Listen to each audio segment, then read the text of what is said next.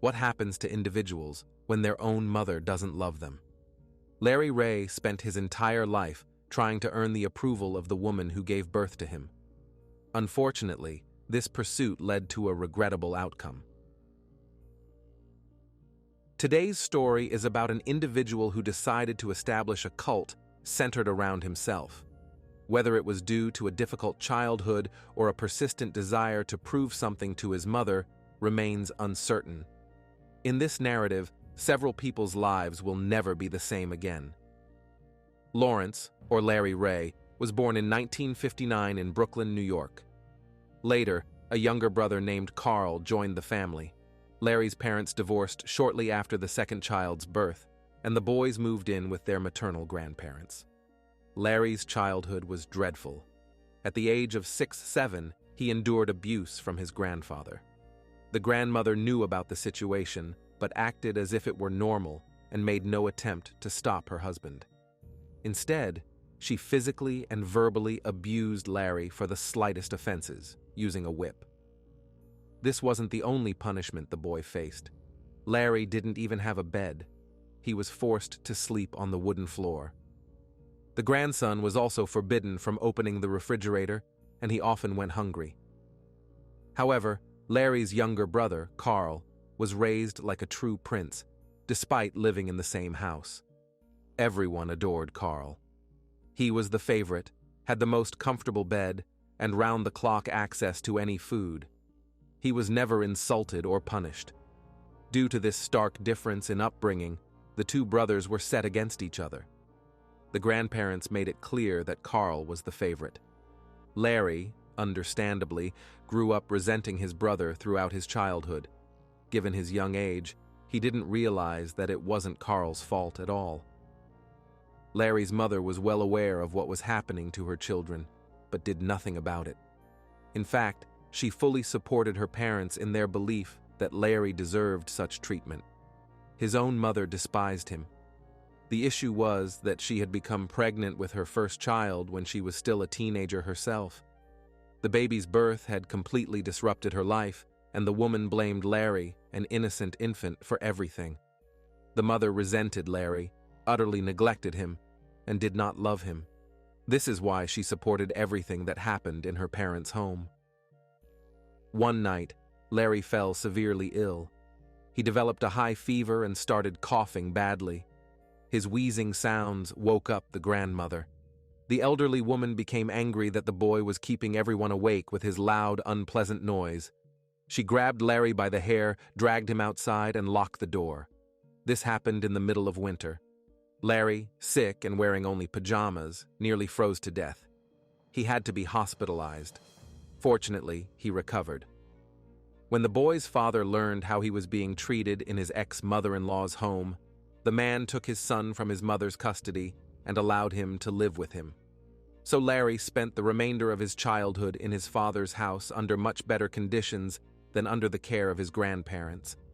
As he grew older, the young man enlisted in military service but left after just 19 days. However, he continued to maintain contacts with prominent military officials, including Marine General Charles Pittman and retired Marine Commandant General James L. Jones. When Larry turned 19, he made a decision that indicated his terrible childhood hadn't left him unscathed. For some reason, he returned to his heartless mother. He chose to live near her and dedicated his entire life to winning the love and approval of this woman. Everything Larry did in his adult life was an attempt to impress his mother. Without a college education, Larry somehow managed to secure a job as a stockbroker on Wall Street. His difficult childhood had taught him to find a way out of any situation. This was indeed a respectable job that paid very well. Larry gained money and acquaintances with some highly influential people. Throughout his life, the young man sought the respect he hadn't received in childhood and wanted to make his mother proud, but his mother didn't care. Then the young man bought an expensive Mercedes car and lost excess weight, getting himself into excellent physical shape. However, even this failed to impress his mother, who tried to belittle all his achievements. Instead of talking about his accomplishments, she praised Carl and saw Larry only as a competitor. All these issues with his mom and the attempt to gain respect for himself played a crucial role in the young man's future life. Friends, over 90% of viewers watch videos without subscribing to the channel. Check if you're subscribed. If not, please be so kind as to subscribe to the channel to support me. As he approached 30, Larry settled down and started his own family. He met a woman named Teresa, who became his wife. They had two beautiful daughters, Talia and Ava. When Larry's children were born, his career began to develop rapidly. He switched from his Wall Street job to a position as a financial advisor for very wealthy and influential people in high positions. These included politicians, business owners, top military officials, and some rather questionable individuals with mafia connections. One member of the Genovese crime family even attended Larry's wedding. During this period of his life, in the mid-90s, Larry earned a lot of money, opened several bars and nightclubs in New Jersey, and befriended Rudolph Giuliani, New York City's mayor at the time, and Bernard Kerik, New York's police commissioner, who had connections to President George Bush himself. He trained and rode motorcycles. Larry's list of acquaintances included many influential state figures. He even began consulting for the CIA on certain matters. Then he worked in Russia for a while, where he befriended Soviet leader Mikhail Gorbachev's interpreter and arranged a dinner meeting for him with a U.S. representative. Larry was also acquainted with famous actor Robert De Niro. During Gorbachev's visit to the United States, Larry allegedly introduced the actor to Mikhail Sergeyevich. How did a boy who grew up in harsh conditions manage to achieve something in this life? How did he manage to infiltrate some of the most influential offices in the world? How could Larry work as a financial advisor without a proper education? There are no answers to these questions. But all this clearly characterized Larry as someone capable of speaking so smoothly that people believed him. However, unfortunately, his successful career didn't last long. Everything went awry.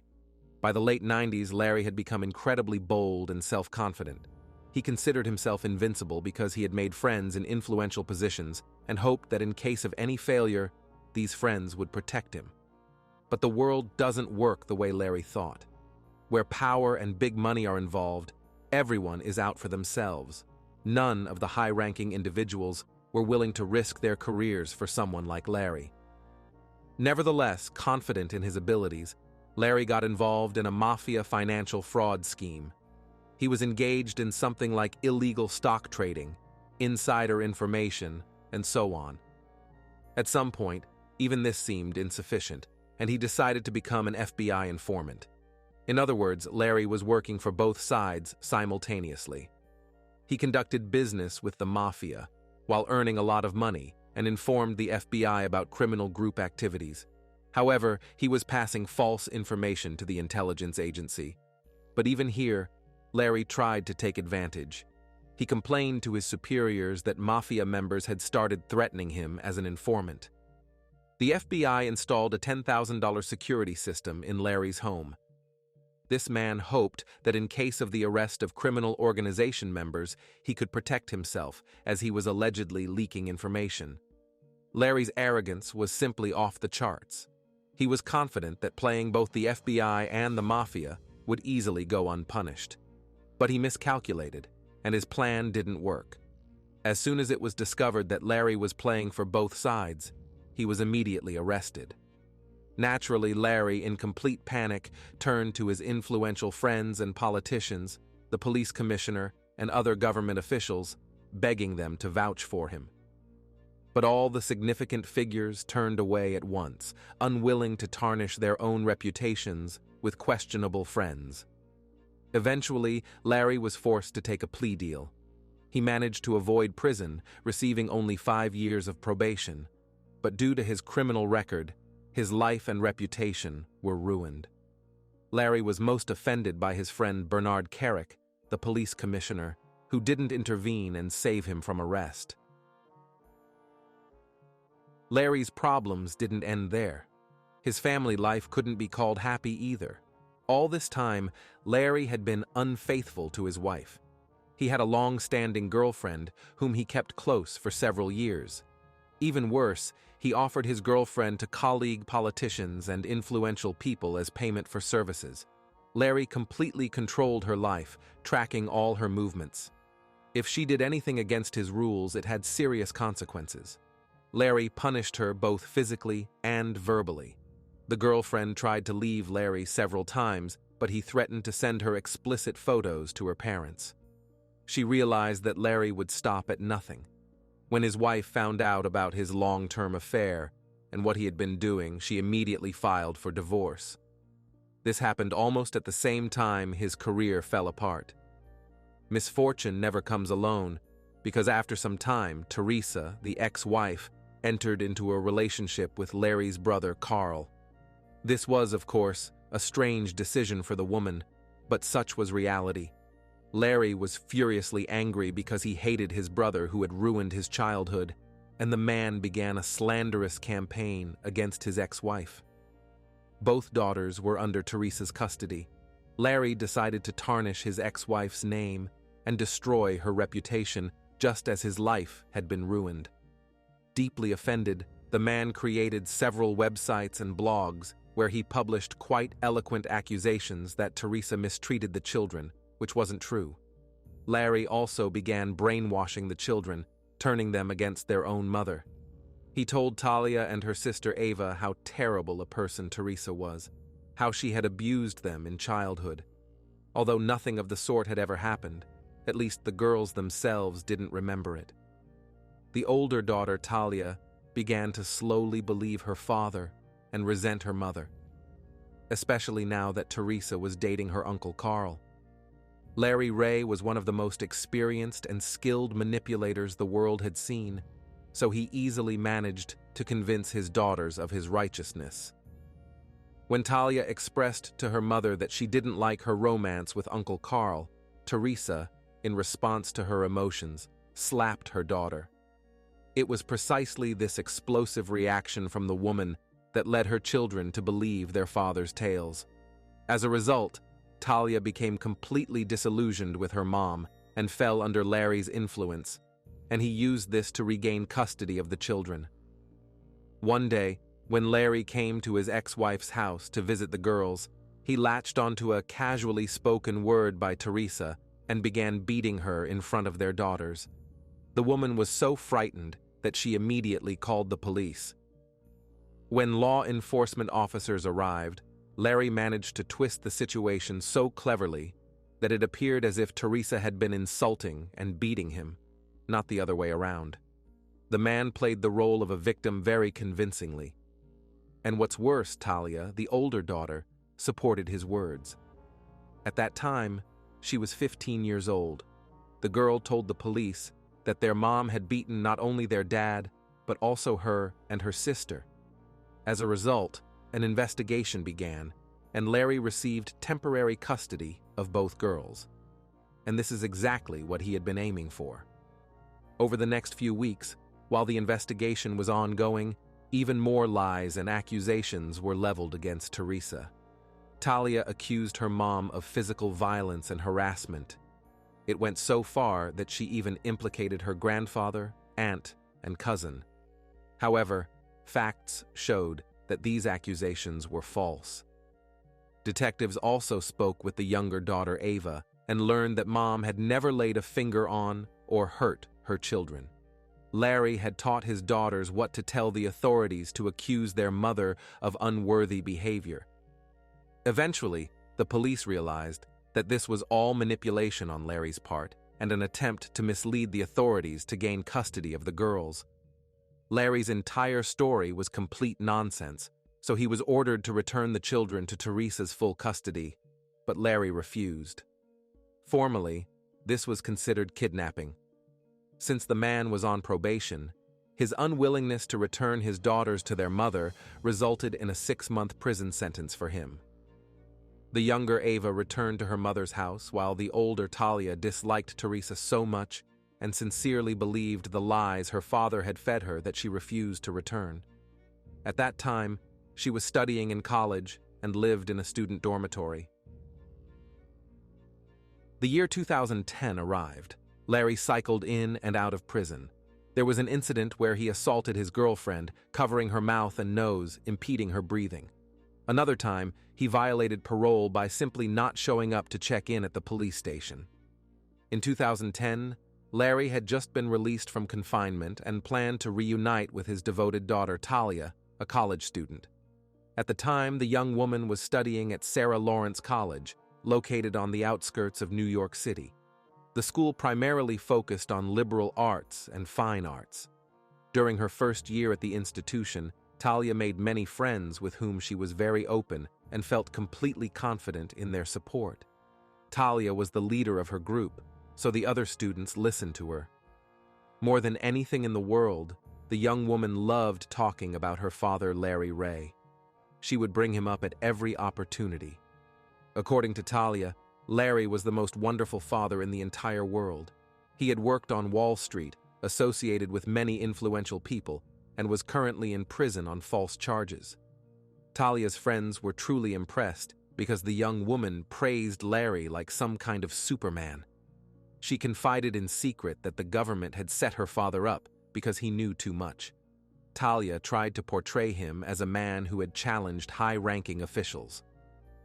In the fall of 2010, the young woman entered her second year of college and found dormitory housing on campus with a group of friends. It was around this time that Talia received a call from her father in prison, informing her that he would soon be released and urgently needed a place to stay. The daughter, who revered her father, immediately offered the college dormitory. She convinced Larry that they had many rooms, so her friends wouldn't mind his presence. Of course, it was a rather odd decision for a parent to settle into a block with his daughter and a crowd of other college students, but Larry apparently wasn't bothered by this at all. Talia's roommates didn't object either. They were curious to meet such a distinguished person as Larry Ray, as his daughter had portrayed him. Besides, they thought it would be temporary.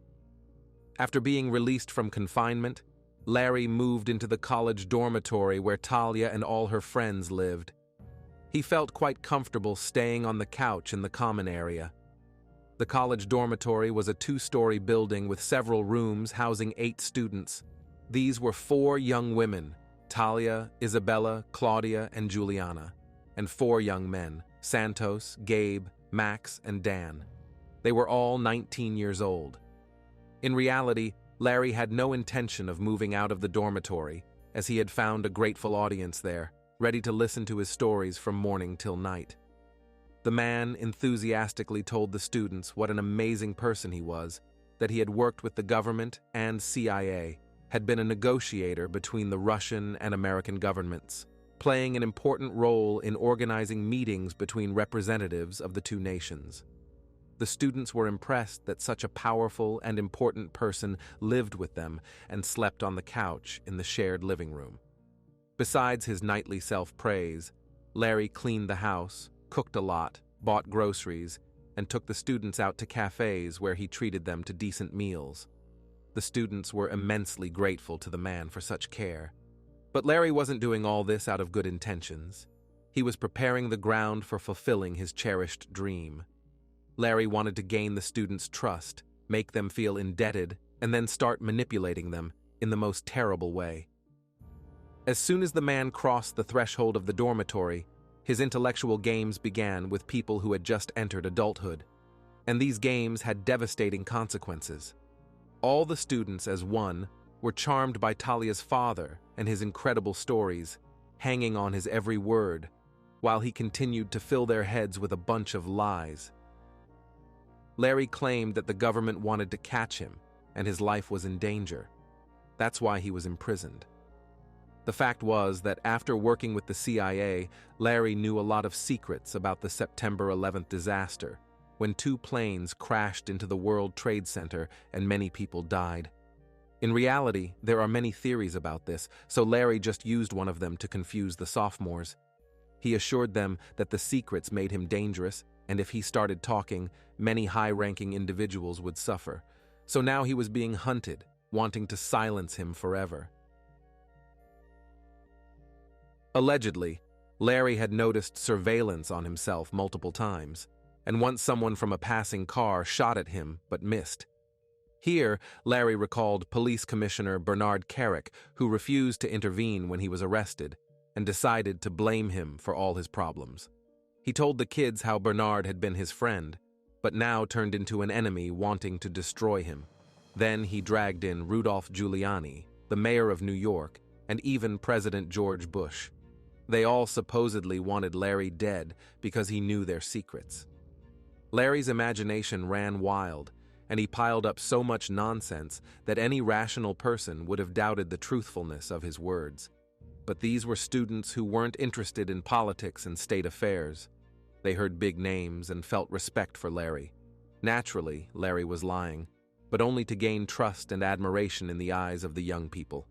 Moreover, the man showed students photographs where he was in the frame with various famous people, although in reality, the political and business representatives didn't even know who was standing behind them. Larry is a person capable of infiltrating the most influential circles, noticing a camera, and then discreetly positioning himself to get in the frame. Talia, whose mind had been completely washed by her father, supported him in everything. Larry became almost a messiah for this group of college students. He seemed to them an incredibly powerful and intelligent person who rebelled against a corrupt system and fought for a just cause. When the stories about Larry himself ended, he continued to gather the students daily in the common living room and lecture them on things like truth and justice, the nature of the universe, the sun, stars, planets, religion, and the like. Then Larry began taking students for individual lectures where he shared secrets obtained from the CIA. At least that's what he said. Larry taught how to discipline the mind, how to overcome barriers and traumas in one's life to fully unlock potential. This man had no qualifications as a therapist or psychologist. He was making up all the methods from his head. But he knew what bothered young people at this age, so he very skillfully pressed on sore spots. Moreover, he wasn't interested in all the students living in this house. He targeted only those who were easier to manipulate. In their eyes, Larry Ray was the only person capable of helping them understand themselves. The first person Larry focused on was Isabella. He liked her very much. Isabella had entered Sarah Lawrence College on a full scholarship. She had previously attended a Catholic girls' school and was very reserved. Shortly before Larry moved into the dormitory, the girl had gone through a rather difficult breakup with her boyfriend and was now in a depressed state. She was very insecure and kept to herself. Larry's increased attention brought her out of depression. In individual sessions, she poured her heart out to the man, revealing her most intimate and dark secrets and sharing her problems. Larry moved his personal lectures with Isabella to the bedroom. He would lay the girl on the bed, press close to her, stroke her hair, and whisper pleasant things in her ear about how no one would harm his girl. He was about 50 years old, and Isabella was the same age as his eldest daughter. Intimate conversations were followed by intimate relations, and although the girl was old enough to make independent decisions, at that moment she was too vulnerable to understand what was really happening. Then Larry convinced Isabella to cut off all relationships with her family and friends. He convinced the student that it was her parents who made her so unhappy. They had subjected her to physical and moral abuse in childhood, and he came and saved her.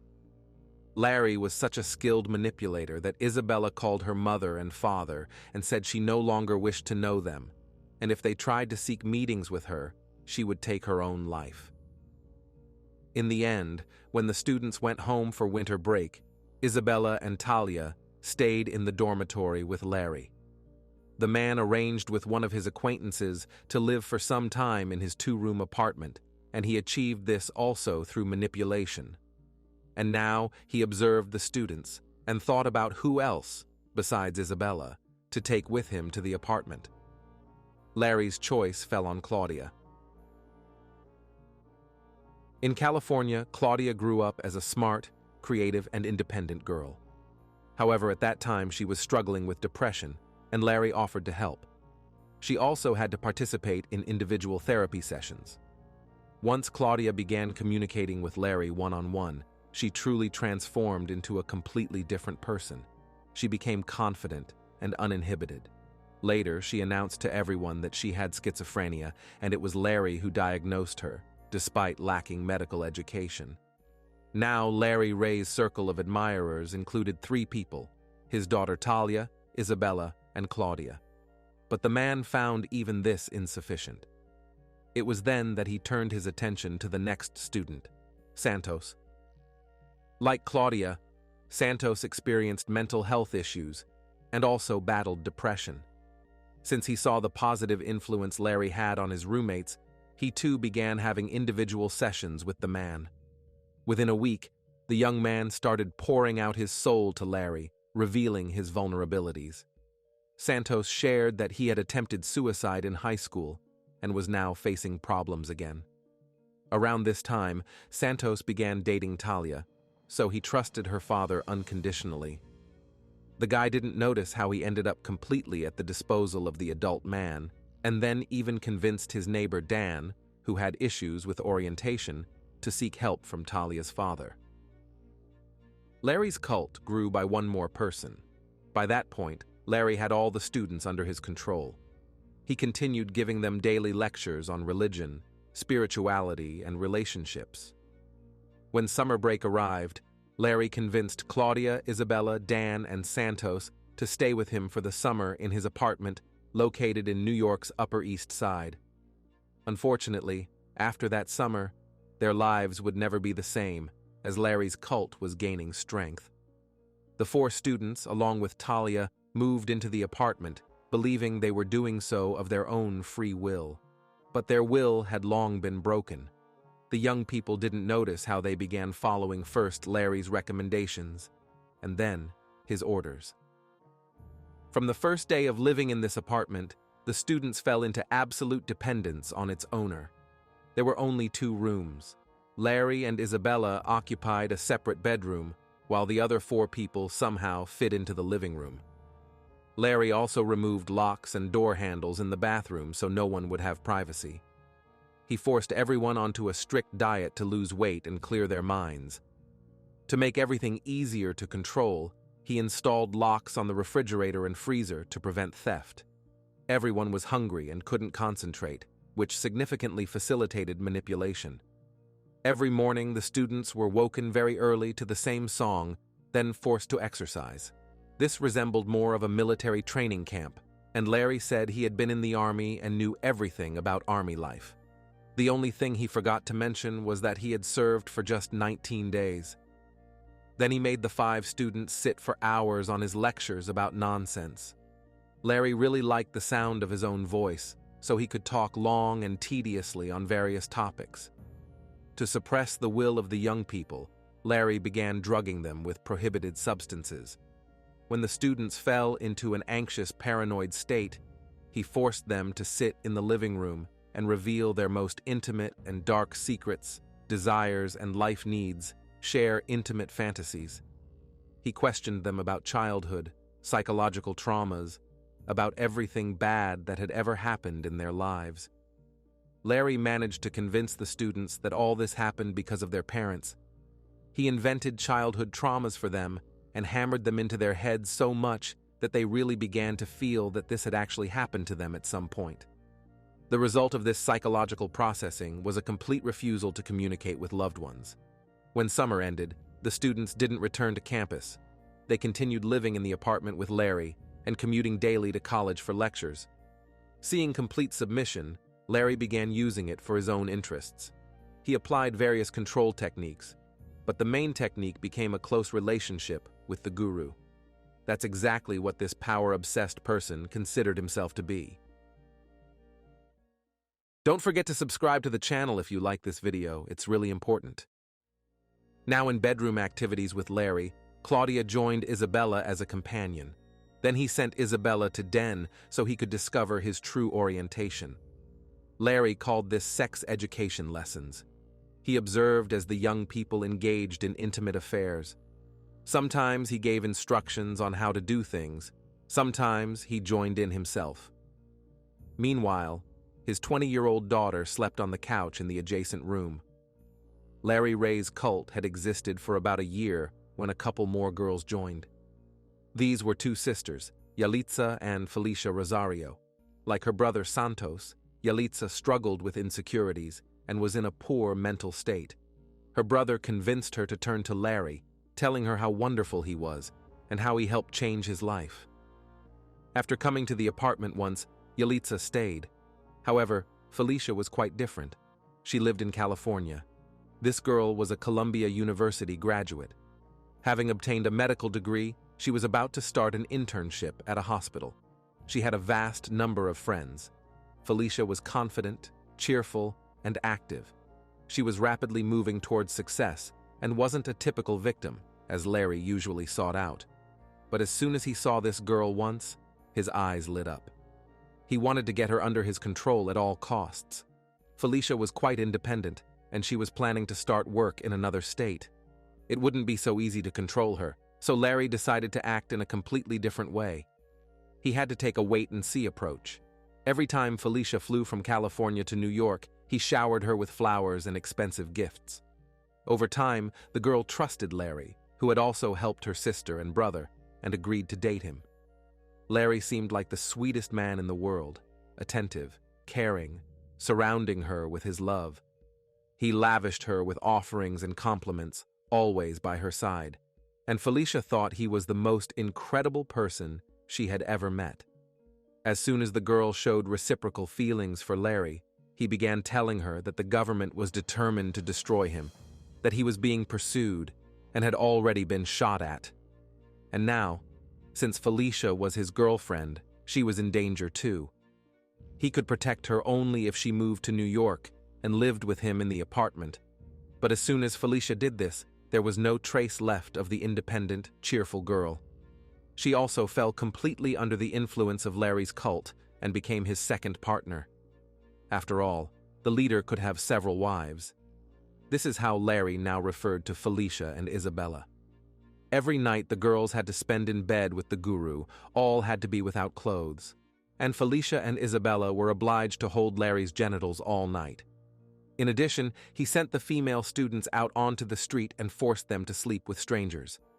He recorded all these encounters on video or simply observed the process. If any of the cult members began to resist or didn't follow Larry's orders, the man threatened to publish the filmed material on the internet and send the files to their families. This whole group of students had to be supported somehow. Larry devised a clever scheme. He would daily inspect the apartment, checking for any new marks on the wallpaper or scratches on kitchen pans, then accuse a randomly chosen victim of causing damage. Initially, the students would try to defend themselves, but Larry could spend an entire day angry and pressuring them about it. When their spirit was once again broken, they would confess to things they hadn't done and then have to pay for the alleged damage. These were astronomical sums of money, bills for thousands of dollars. For instance, Santos received such a bill for $50,000 for everything he supposedly damaged. But where could these poor students get the money? Naturally, from their families, whom they had renounced. Larry's young followers, threatening to harm themselves, would ask their parents for large sums. Thus, the Rosario family had to transfer $200,000 to Ray's account to pay off their children's debts to this man. There were three things Larry used to control his subordinates: intimate relationships and the threat of exposing them, money, and physical punishment. If students crossed the line, if they ever broke rules of existence they weren't even aware of, if they ever upset Larry in any way, they were physically punished. The pseudo-guru would simply beat his followers and abuse them in various ways. He forced the guys to wear women's clothes and watch adult films, while making the girls wear diapers and only watch children's TV shows. Larry also created a website offering intimate services. For several years, he forced Claudia to sleep with men for money. Naturally, the girl herself never saw these funds, although a considerable sum had accumulated over the years. After another round of abuse, Dan finally got tired of enduring it and had the courage to leave the ill-fated apartment. Dan was the first person to escape from Larry.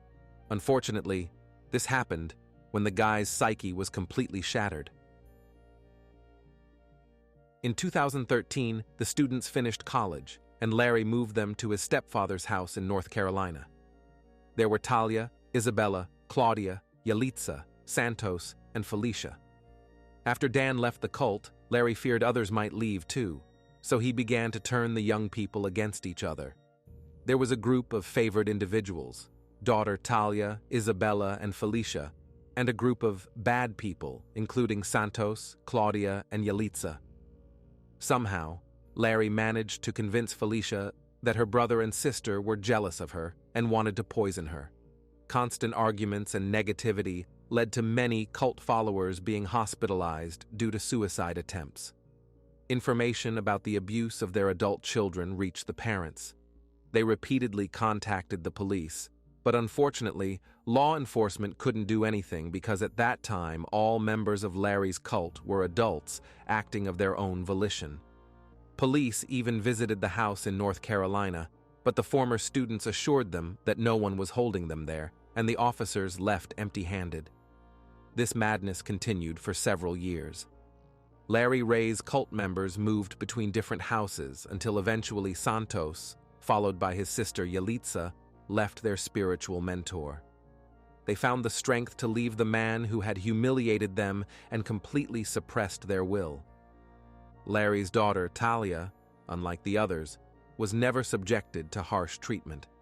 She came and went as she pleased. The girl simply sincerely believed in her father's power and saw nothing wrong with what he was doing.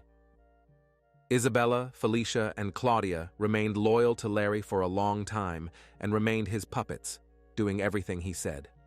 Claudia worked in escort services against her will for 5 years. In October 2018, she finally refused to sleep with men for money.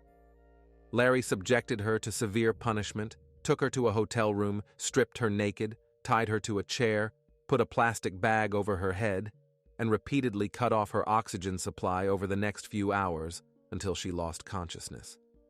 Then he cut off her hair to humiliate her even more. After this incident, Claudia did not return to Larry's care and left the cult forever. From this point, everything began to fall apart.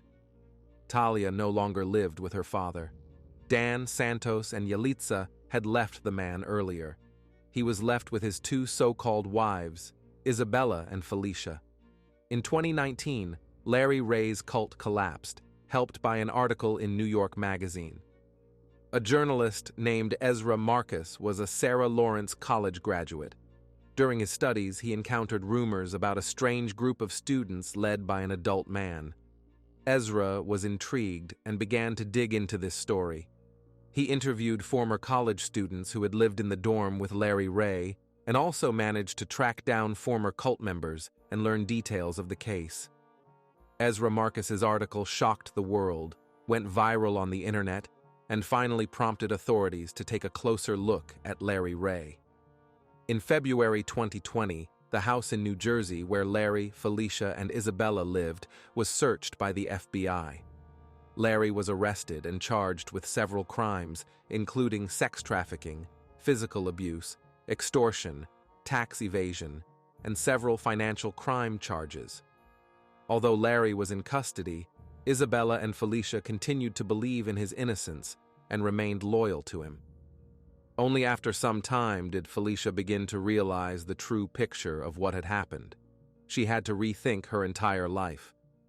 Isabella chose to act as an accomplice rather than testify against Larry. In February 2023, Larry and Isabella stood trial. It was then that all the details of the cult were revealed.